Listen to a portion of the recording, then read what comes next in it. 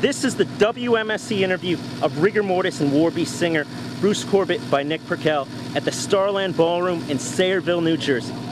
Now, with this upcoming tour with Down going into Europe, is a first for Warbeast and a second time for you counting the Rigor Mortis Keep It True festival appearance. How long will your venture into Europe be? I recall hearing of some concerts in Germany from Scott. Yeah, we're going to be actually in Europe for 3 weeks, and which is blowing my mind, and we're all excited about getting to go to Europe for the first time. 2 weeks we'll be with Down, and then we're doing a week of shows ourselves, headlining our own shows in Germany mainly, but there is one in the Netherlands and one in Austria. So we got like 7 or 8 of our own shows after Down leaves.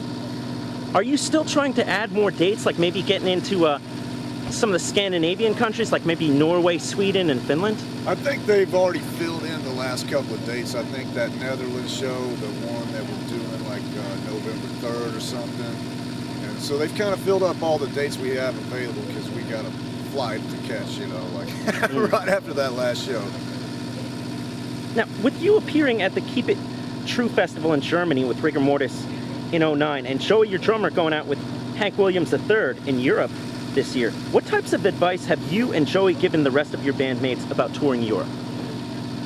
Well, I don't think we would want to listen to Joey anyway about anything. I'm just joking, man. No, he's a great guy. He's actually got more experience than all of us. But I mean, advice? No, we don't know what to expect. We're all, men ready to go find out what it's like for ourselves. Now, for the War of the Gargantuas split with Phil Anselmo solo songs, will this be available on CD as well as 7-inch vinyl?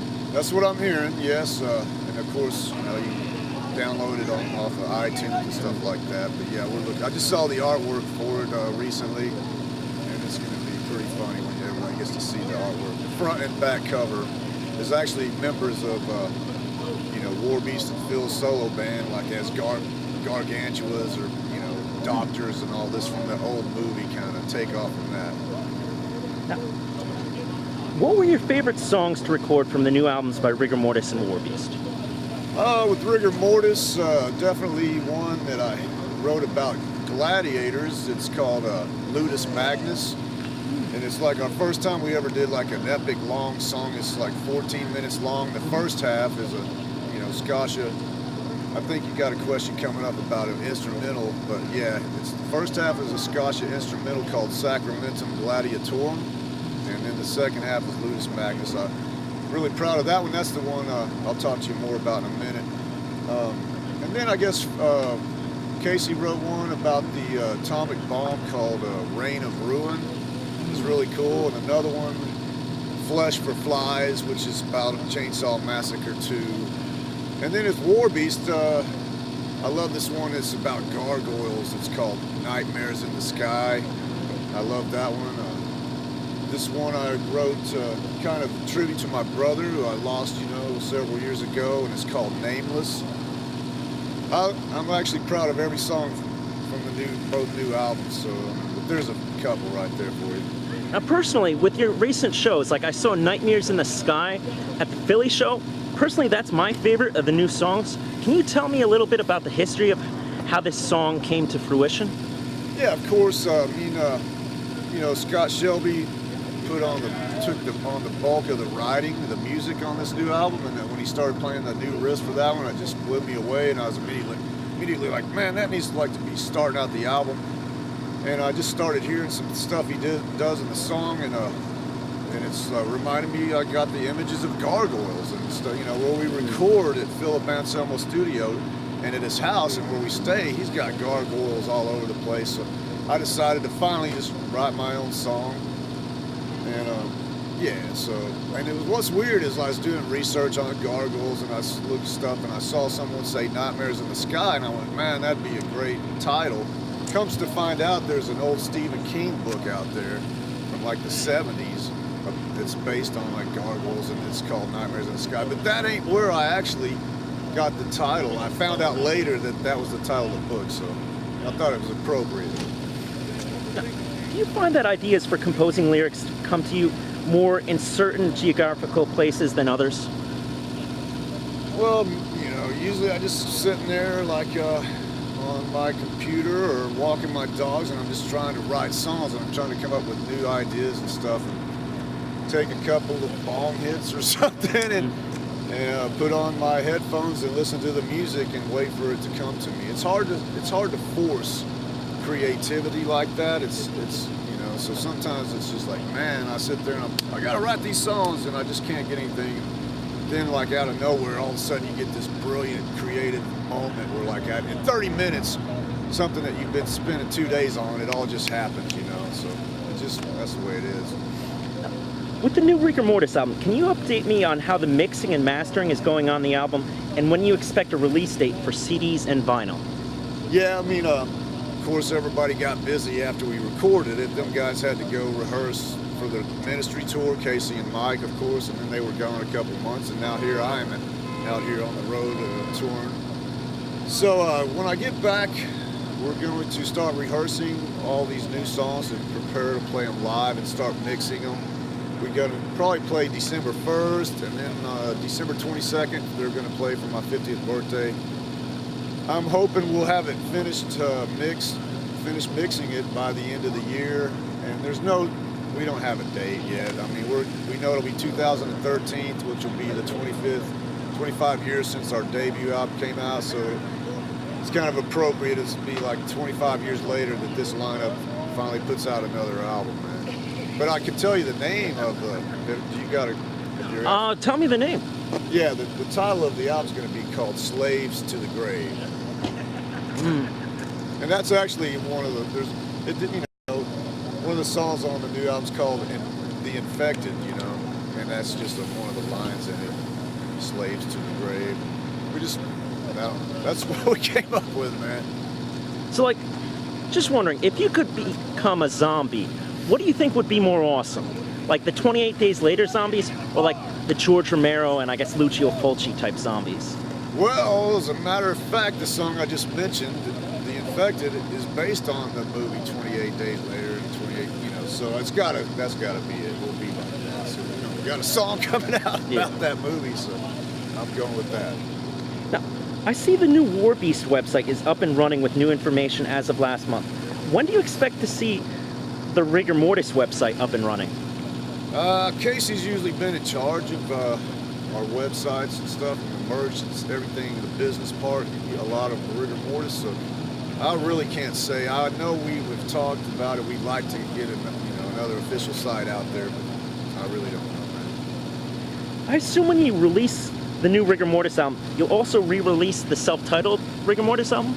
Well, I don't know if it'll be like right afterwards or anything, but I think eventually we have to, because now it's been a couple of years since we ran out of those, and everybody's starting to beg for it again. So we try to keep all our friends and fans happy, and we don't want them paying too much on eBay and shit. So eventually we will re-release the debut self-titled album. Now, would you have any interest in remastering the 1986 demo tracks for inclusion on a future CD of Rigor Mortis? I don't know. I mean, that demo was only like on 8 tracks to begin with, and there's only so much you can do with it.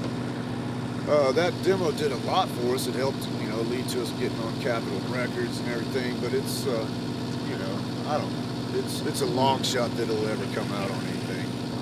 Do you imagine you may play the Troll at Rigor Mortis shows once you've re-released your new album?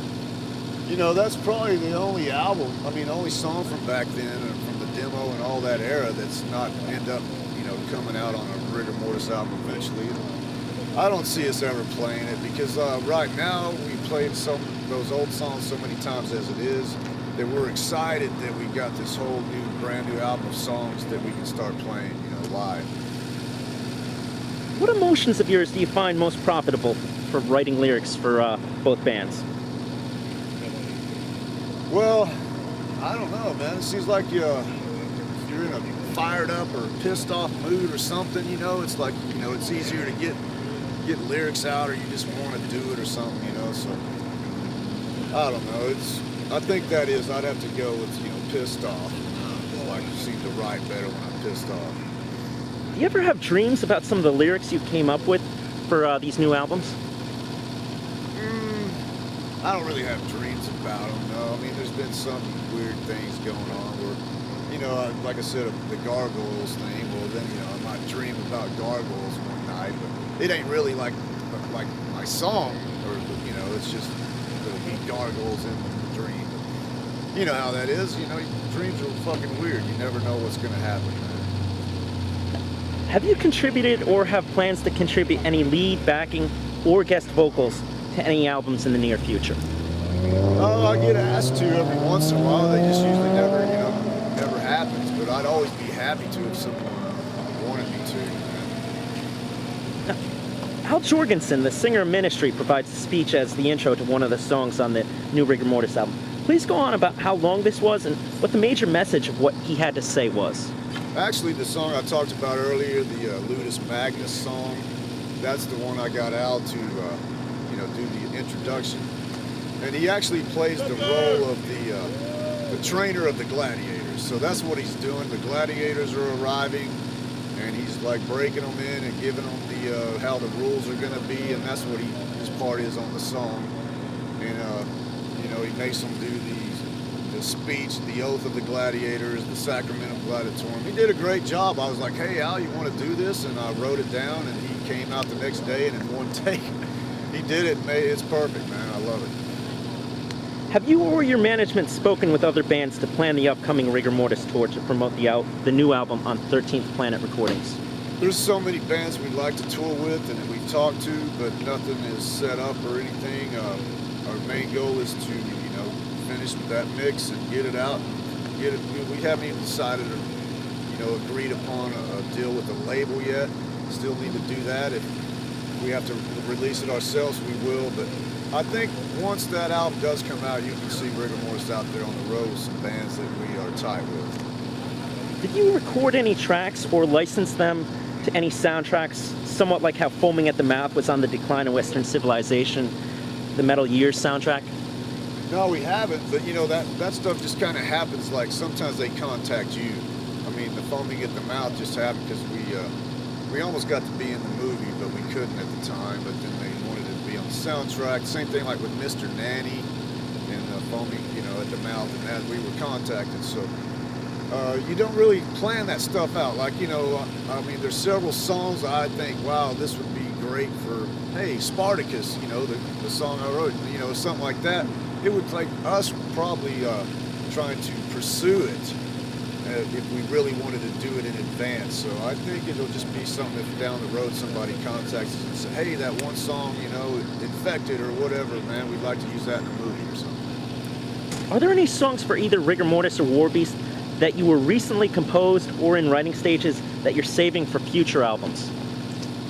Well, I did, you know, have a few more ideas that I didn't get to totally write about. You know, I finally finished off, you know, the lyrics for both albums. So, nothing really majors, you know, but I got some ideas and subjects that I want to write about on future songs and stuff. Now, do you plan to appear strictly on a touring package with Rigor Mortis next year, or do you think there'll be any festival appearances such as like Maryland Death Fest, Chaos and Teos, Slaughter in the Water, or something out in Europe or Asia? You know, Rigor Mortis does want to also go to Europe and tour Europe, and we want to get on festivals. We'd love to get on Maryland Death Fest. I know we're going to try to get Warbeast on Maryland Death Fest as well. We'd love to get on that 70,000 tons of metal, or what is that? What it's called? Yeah. Stuff like that. Yeah, we want all that, man. It's just a matter of the timing and all of our projects and other things we got going. Thanks a lot. This has been the WMSC interview of Warbeast and Rigor Mortis singer Bruce Corbitt by Nick Brickell.